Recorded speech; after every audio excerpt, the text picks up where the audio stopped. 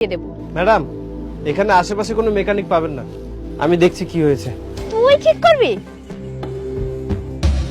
তোর এই নোংরা হাত দিয়ে আমার বাইক ধরবি? রানী, ওকে দেখতে দে, যদি বাইকটা ঠিক হয়। এই তুই দেখ। ভাই ভাই আপনি? ব্যাপার না, তুই চুপ থাক। ইডিয়েট, অশিক্ষিত গরিব, তোর সাহস কি করে হয় গাড়ির তার খুলে ফেলার? ম্যাডাম, এটা তার নয়, এটা প্লাগ, আর প্লাগ এইভাবেই খুলতে হয়। আপনাদের এই বাইকের প্লাগে ময়লা জমেছে, এটা মুছে দিলেই ঠিক হয়ে যাবে। ঠিক আছে ঠিক আছে, বাইকের যে যে জায়গায় হাত দিয়েছিস ঠিক করার পরে সব জায়গা পরিষ্কার করে দিবি। তোদের হাত যা নোংরা।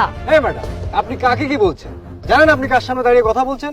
এই তুই চুপ থাক, বলতে দে ওনাকে।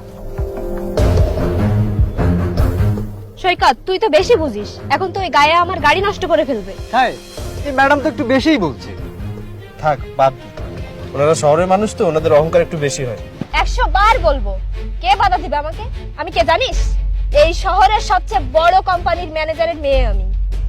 Uneducated bloody fool idiot. এসব কি বলছেন আপনি?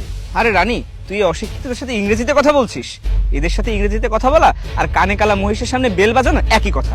ইংরেজি বুঝতে পড়াশোনা জানতে হয়। হ্যাঁ, এরা তো অশিক্ষিত গাইয়া, মূর্খ হয়ে জন্ম নেয় আবার মূর্খ হয়েই মরে যায়। সাহেব, আমি তো চুপ থাকতে পারছি না, এবার আমাকে কিছু বলতে দিন। আরে বলতে দে না ওদের। গ্রামের শহর শহর মানুষদেরকে অপমান করলে ওদের কলিজাটা একটু ঠান্ডা হয়, ওদের কলিজা একটু ঠান্ডা হতে দে।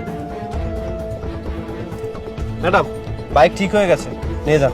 হয়েছে হয়েছে, আমাকে উদ্ধার করেছিস, এই নে 50 টাকা, তোর দুবেলা খাওয়া হয়ে যাবে। এই চল তো, এসব অশিক্ষিতদের সাথে কথা বলে আমি আমার সময় নষ্ট করতে চাই না।